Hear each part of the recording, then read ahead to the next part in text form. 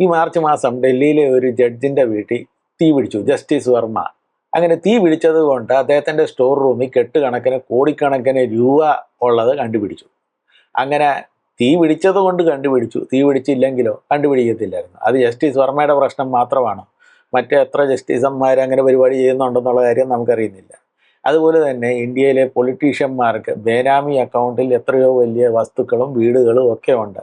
അങ്ങനെ അവരുടെ പിന്നാലെയും income tax authorities പുറകിന് കൂടുന്നില്ല. പക്ഷെ സാധാരണപ്പെട്ട ഒരു മനുഷ്യൻ്റെ ബാങ്ക് അക്കൗണ്ടിൽ ഒരു തെറ്റായ ട്രാൻസാക്ഷൻ, അവൻ അറിയാത്ത പോലും ഇല്ലീഗൽ ട്രാൻസാക്ഷൻ ആണെന്ന് പേര് പറഞ്ഞുകൊണ്ട് വന്നിട്ട്, അല്ലെങ്കിൽ സസ്പീഷ്യസ് ട്രാൻസാക്ഷൻ ആണെന്ന് പറഞ്ഞിട്ട് ഇൻകം ടാക്സ് ഡിപ്പാർട്ട്മെൻറ്റ് പുറകിന് കൂടും.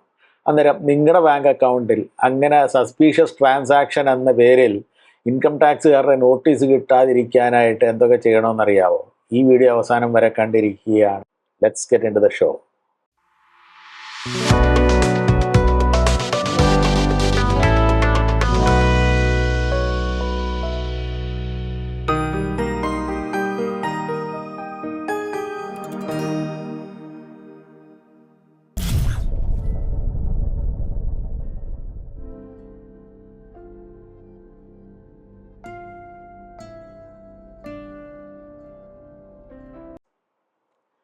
ഇൻകം ടാക്സ് അതോറിറ്റീസ് അല്ലെങ്കിൽ GST അതോറിറ്റീസും ബാങ്കും കൂടെ ഭയങ്കര കൂട്ടുകെട്ടാണ്. നമ്മുടെ അക്കൗണ്ടിലായിട്ട് എന്തെങ്കിലും ഒരു ട്രാൻസാക്ഷൻ നടന്നിട്ടുണ്ടെങ്കിൽ അവർ ഇമ്മീഡിയറ്റ്ലി റിപ്പോർട്ട് ചെയ്യും. സ്പെഷ്യലി എന്തെങ്കിലും ഒരു ട്രാൻസാക്ഷൻ നടന്നിട്ടുണ്ടെങ്കിൽ, അല്ലാതെ അല്ലറയല്ല, സ്പെഷ്യൽ ട്രാൻസാക്ഷൻസ് വല്ലതും നടന്നിട്ടുണ്ടെങ്കിൽ അതവർ റിപ്പോർട്ട് ചെയ്യും. അതിന് പറയുന്നത് സിഗ്നിഫിക്കൻറ്റ് ഫിനാൻഷ്യൽ ട്രാൻസാക്ഷൻസ്. അന്നേരം നമ്മുടെ അക്കൗണ്ടിൽ ബേസിക് ആയിട്ട് ഏതൊക്കെ ട്രാൻസാക്ഷൻ ഉണ്ട്, അതിൻ്റെ ലിമിറ്റ്സ് എന്തൊക്കെയാണെന്ന് നമുക്ക് ആദ്യമായിട്ടൊന്ന് അറിയാം. നമുക്ക് UPI ട്രാൻസാക്ഷൻസ് ഇപ്പം ഒത്തിരി പേര് ചെയ്യുന്നുണ്ട്. അന്നേരം UPI ട്രാൻസാക്ഷൻസ് നമ്മൾ ചെയ്യുമ്പോൾ 1 ലക്ഷത്തിൽ കൂടുതൽ ചെയ്യാൻ പറ്റത്തില്ല, അങ്ങനെ ഒരു ലിമിറ്റ് ഉണ്ട്. പക്ഷേ എന്നാൽ നമ്മൾ തുടർച്ചയായിട്ട് ഒരു 2-3 ദിവസമായിട്ട് 1 ലക്ഷം കൊണ്ടിട്ട് കഴിഞ്ഞാൽ ബാങ്ക് കൊണ്ടിട്ട് അങ്ങ് അണ്ണന്മാരോട് അങ്ങ് പറയും, ദേ ഇവിടെ ഏതാണ്ടൊക്കെ നടക്കുന്നുണ്ട്, ഒന്ന് വന്ന് നോക്കിക്കാട്ടെന്ന് പറയും.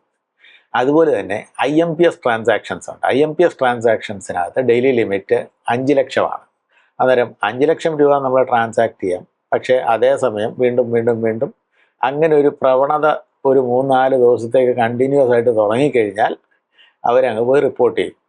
പിന്നെ നമ്മളിപ്പോൾ ഇൻവെസ്റ്റ്മെൻ്റ് ഒക്കെ ചെയ്യുമ്പോൾ നമ്മൾ നമ്മുടെ ബാങ്ക് അക്കൗണ്ടിൽ നിന്ന് മറ്റേ ആ ഇൻവെസ്റ്റ്മെൻറ്റ് അക്കൗണ്ടിലോട്ടൊക്കെ ട്രാൻസ്ഫർ ചെയ്യുമല്ലോ.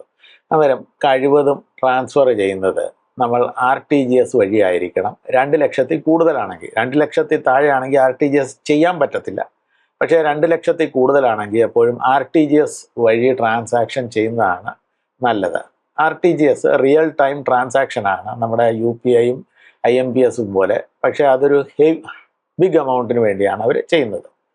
അതേസമയം നമുക്ക് നമ്മുടെ സുഹൃത്തുക്കൾക്കോ ബന്ധുക്കൾക്കോ അങ്ങനെയൊക്കെ ചെയ്യുമ്പം നെഫ്റ്റ് എന്ന് പറഞ്ഞൊരു സാധനമുണ്ട്, അതിനകത്തും ചെയ്യാം. നെഫ്റ്റ് നമ്മളിപ്പോൾ അയച്ചു കഴിഞ്ഞാൽ റിയൽ ടൈം അല്ല, ഒരു അരമണിക്കൂർ അല്ലെങ്കിൽ 3/4 മണിക്കൂർ കഴിഞ്ഞിട്ടേ നമ്മൾ അയക്കുന്ന ആടെ അക്കൗണ്ടിൽ എത്തത്തുള്ളൂ. പക്ഷെ എന്നാലും അതും ഒരു സേഫ് ആയിട്ടുള്ള ട്രാൻസാക്ഷനാണ്. പക്ഷേ എന്ത് വന്നാലും ഈ ലിമിറ്റുകൾ നമ്മൾ എപ്പോഴും ഓർത്തിരിക്കണം. UPIയുടെ ലിമിറ്റ് 1 lakh ആണ്, IMPSൻ്റെ ലിമിറ്റ് 5 lakhs ആണ്. പക്ഷേ അതേസമയം ഇപ്പോൾ UPI വഴി നമ്മൾ ഒരു ഹോസ്പിറ്റൽ അല്ലെങ്കിൽ എനി ഹെൽത്ത് കെയർ ഫെസിലിറ്റിയിലോട്ട് നമ്മൾ ട്രാൻസ്ഫർ ചെയ്യുകയാണെങ്കിൽ മാക്സിമം ലിമിറ്റ് 5 lakhs ആണ്. അതുപോലെ തന്നെ ഒരു എഡ്യൂക്കേഷണൽ ഇൻസ്റ്റിറ്റ്യൂഷനായിട്ട് രജിസ്റ്റർ ചെയ്ത് ഏതെങ്കിലും ഒരു ബാങ്ക് അക്കൗണ്ടിൽ അങ്ങോട്ട് അയക്കണമെങ്കിൽ അതും 5 lakhs ആണ് maximum limit. Person to person അയക്കുമ്പോഴാണ് ഈ 1 lakh rupees ലിമിറ്റാക്കി വെച്ചിരിക്കുന്നത്. ഇന്ത്യയിൽ മാക്സിമം പേരുടെ വീട്ടിൽ ഇൻകം ടാക്സിൻ്റെ നോട്ടീസ് എത്തുന്നത് എന്തുകൊണ്ടാണെന്നറിയാമോ?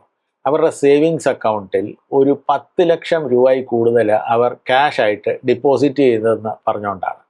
അത് ക്യാഷായിട്ട് ഡിപ്പോസിറ്റ് ചെയ്യുന്നതിനകത്ത് തെറ്റില്ല. പക്ഷേ അത് നമ്മുടെ ITR റിട്ടേൺസ് ഫയൽ ചെയ്യുമ്പം അത് റിഫ്ലക്റ്റ് ചെയ്തിരിക്കണം, അല്ലെങ്കിലാണ് ഇൻകം ടാക്സ് നോട്ടീസ് വരുന്നത്.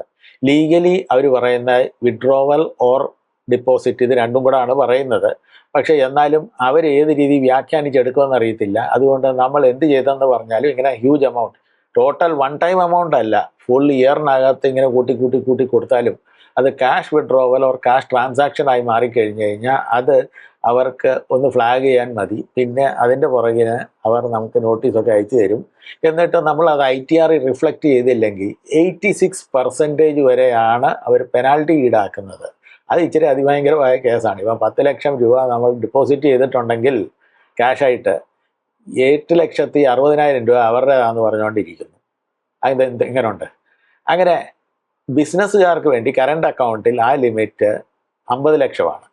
സാധാരണപ്പെട്ട സേവിങ്സ് അക്കൗണ്ടിൽ 10 ലക്ഷമാണെങ്കിൽ ബിസിനസ്സുകാർക്ക് ആ ലിമിറ്റ് 50 ലക്ഷമാണ്. അതെങ്ങനെ കറണ്ട് അക്കൗണ്ടിലാണെങ്കിലേ ഉള്ളൂ 50 ലക്ഷം വരുന്നത്. അടുത്ത ഒരു പോയിന്റ്, ചിലപ്പോൾ ഈ ബാങ്ക് അതോറിറ്റീസ് വന്നിട്ട് അല്ലെങ്കിൽ ഇൻകം ടാക്സ് അതോറിറ്റീസ് വന്നിട്ട് നമ്മുടെ ബാങ്ക് അക്കൗണ്ട് അങ്ങ് ഫ്രീസ് ചെയ്ത് കളയും. കാരണം എന്താണെന്നറിയാവോ?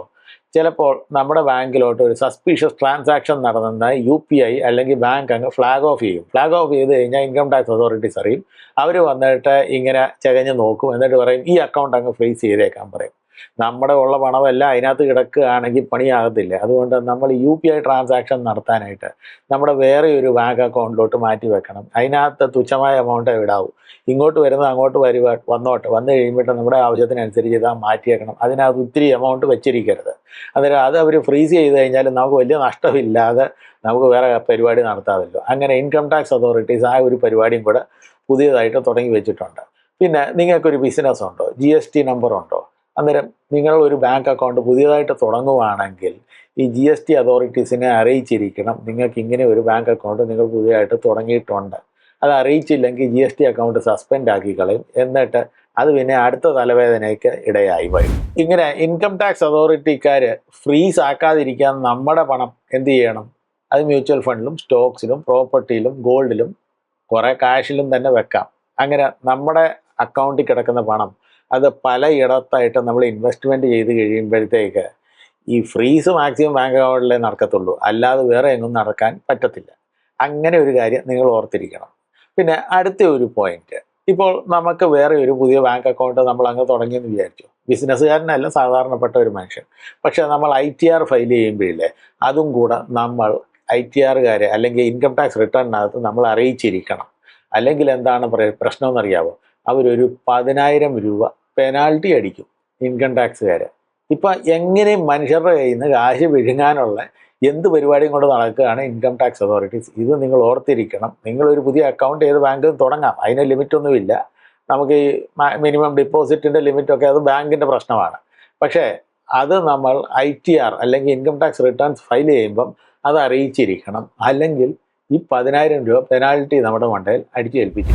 അടുത്ത പോയിന്റ്, നിങ്ങൾ ITR ഫയൽ ചെയ്യുന്നവരാണ്, ഇൻകം ടാക്സ് റിട്ടേൺസ് ഫയൽ ചെയ്യുന്നവരാണെങ്കിൽ പോലും നിങ്ങളിപ്പം എന്തെങ്കിലും ആവശ്യം വന്നു, ക്യാഷ് വിഡ്രോവൽ നിങ്ങൾ നടത്തി, നിങ്ങളുടെ ബാങ്ക് കിടക്കുന്ന 1 കോടിയിൽ കൂടുതൽ ബാങ്ക് അക്കൗണ്ടിൽ കിടക്കുന്നുണ്ടായിരിക്കും. അത് നിങ്ങളങ്ങ് വിഡ്രോവൽ ചെയ്തെന്ന് വിചാരിച്ചു. അത് വിഡ്രോ ചെയ്യുവാണെങ്കിൽ ഒരു 2% TDS അവരങ്ങ് വെട്ടിയെടുക്കും. അതെങ്ങനെയാണെന്ന് പറഞ്ഞാലും അവരുടേതാണ് സാധനം എന്ന് വിചാരിച്ച് അത് സർക്കാർ അങ്ങ് എടുത്തോളും. പിന്നെ നിങ്ങൾ ITR ഫയൽ ചെയ്യാത്തവരാണോ, എന്നാൽ പിന്നെ നിങ്ങളുടെ ലിമിറ്റ് ഇച്ചിരി വേറെ ഏതാണ്. 20 ലക്ഷം തൊട്ട് 1 കോടി വരെയാണോ നിങ്ങൾ വിഡ്രോ ചെയ്യുന്നത്, അന്നേരം നിങ്ങൾക്ക് 2% TDS കൊടുക്കേണ്ടി വരും. എന്നാൽ അതേസമയം നിങ്ങൾ 1 കോടിയിൽ കൂടുതൽ വിഡ്രോ ചെയ്യുന്നുണ്ടോ, എന്നിട്ട് നിങ്ങൾ ITR ഫയൽ ചെയ്യാത്തവരാണോ, അതിനകത്ത് നിങ്ങൾക്ക് 5% വരെ TDS വെട്ടിയെടുക്കും. അന്നേരം ഫോർ എക്സാമ്പിൾ നമുക്ക് 1 കോടി വിഡ്രോ ചെയ്യണമെന്നുണ്ടെങ്കിൽ നിങ്ങൾ ITR ഫയൽ ചെയ്യാത്തവരാണെങ്കിൽ നിങ്ങൾ 1 കോടി വിഡ്രോ ചെയ്യുമ്പോൾ നിങ്ങളുടെ കയ്യിൽ 95 ലക്ഷമേ കിട്ടത്തുള്ളൂ. 5 ലക്ഷം സർക്കാരാണ് കൊടുക്കും. അടുത്ത പോയിന്റ്, നിങ്ങൾ നിങ്ങളുടെ ബാങ്കിൽ ഫിക്സഡ് ഡിപ്പോസിറ്റ് ആയിട്ട് എന്തെങ്കിലും ഡിപ്പോസിറ്റ് ചെയ്യുന്നുണ്ടോ, ഒരിക്കൽ പോലും ഒറ്റയടിക്ക് 10 ലക്ഷമായിട്ട് ഡിപ്പോസിറ്റ് ചെയ്യരുത്. 10 ലക്ഷം അല്ലെങ്കിൽ അതിൽ കൂടുതൽ അത് ഡിപ്പോസിറ്റ് ചെയ്ത് കഴിഞ്ഞാൽ ഇമ്മീഡിയറ്റ്ലി നിങ്ങളുടെ ബാങ്കുകാർ ഇൻകം ടാക്സ് ഡിപ്പാർട്ട്മെൻറ്റുകാരോട് അങ്ങ് നോട്ടീസ് കൊടുക്കും. എന്നിട്ട് അടുത്ത ITR ഫയലിങ്ങിനകത്ത് നമ്മൾ ചിലപ്പോൾ അറിയത്തില്ല, നമ്മൾ വിചാരിക്കുന്നത് നമ്മുടെ പണം തന്നെ ഇല്ല, നമ്മളങ്ങ് ഡിപ്പോസിറ്റ് ചെയ്ത് FD അക്കൗണ്ട് തുടങ്ങി അതിനകത്തോട്ടങ്ങ് ഇട്ടു. പക്ഷേ ഇൻകം ടാക്സ് ഡിപ്പാർട്ട്മെൻറ്റുകാർ വിചാരിക്കുന്നത് എന്താണെന്ന് അറിയാമോ? നമുക്ക് പുതിയ വരവ് വന്നിട്ടുണ്ട്, പുതിയ കാശ് കിട്ടിയിട്ടുണ്ട്, അതുകൊണ്ടാണ് നമ്മൾ ഡിപ്പോസിറ്റ് ചെയ്ത് നമ്മുടെ സേവിങ്സ് അക്കൗണ്ടിൽ കിടക്കുന്നു. മറ്റേത് നോക്കിയാൽ നമ്മൾ എഴുതി ചിലപ്പം ഡിപ്പോസിറ്റ് ചെയ്യുന്ന ഫിക്സഡ് ഡിപ്പോസിറ്റ്. അതുകൊണ്ട് നമ്മൾ ഡിപ്പോസിറ്റ് ചെയ്യുമ്പം അതൊന്ന് സൂക്ഷിച്ചോണം. ഒറ്റയടിക്കും 10 ലക്ഷമോ അതിൽ കൂടുതൽ ആ ബാങ്കിൽ, ഏത് ബാങ്കിലാണെന്ന് പറഞ്ഞാലും ഡിപ്പോസിറ്റ് ചെയ്യരുത്. നിങ്ങൾ 9,90,000 ഡിപ്പോസിറ്റ് ചെയ്താൽ കുഴപ്പമില്ല, അതാണ് അതിൻ്റെ പ്രശ്നം. പിന്നെ വേറെ ഒരു കാര്യം, നിങ്ങൾ എന്തെങ്കിലുമൊക്കെ സർവീസ് പ്രൊവൈഡ് ചെയ്യുന്നോ അല്ലെങ്കിൽ ഗുഡ്സ് കൊടുക്കുന്നവരാണോ, അന്നേരം നിങ്ങൾക്ക് പല പേയ്മെൻറ്റ്സ് UPI വഴി വരുന്നുണ്ടായിരിക്കും. അന്നേരം നിങ്ങളൊരു സർവീസ് പ്രൊവൈഡർ ആണെങ്കിൽ ഒരു വർഷത്തിൽ നിങ്ങൾക്ക് 20 ലക്ഷത്തിൽ കൂടുതൽ UPI പേയ്മെൻറ്റ് ഇങ്ങോട്ട് വരികയാണെങ്കിൽ GST രജിസ്ട്രേഷൻ എടുത്തിരിക്കണം, അല്ലെങ്കിൽ സർക്കാർ അതും തേടിക്കൊണ്ടിങ്ങ് വരും. പക്ഷേ അതേസമയം നിങ്ങൾ ഗുഡ്സ് പ്രൊവൈഡ് ചെയ്യുന്നവരാണെങ്കിൽ ഒരു 40 ലക്ഷം കവിഞ്ഞ് നിങ്ങളുടെ അക്കൗണ്ടിലോട്ട് വന്നിട്ടുണ്ടെങ്കിൽ നിങ്ങൾക്ക് GST രജിസ്ട്രേഷൻ എടുത്തിരിക്കും. ഈ പറഞ്ഞ കാര്യങ്ങളൊക്കെ ഒന്ന് ശ്രദ്ധ വെച്ച് നോക്കിക്കഴിഞ്ഞാൽ ഇൻകം ടാക്സുകാരൻ്റെ നോട്ടീസിൽ നിന്ന് നമുക്ക് രക്ഷപ്പെടാം.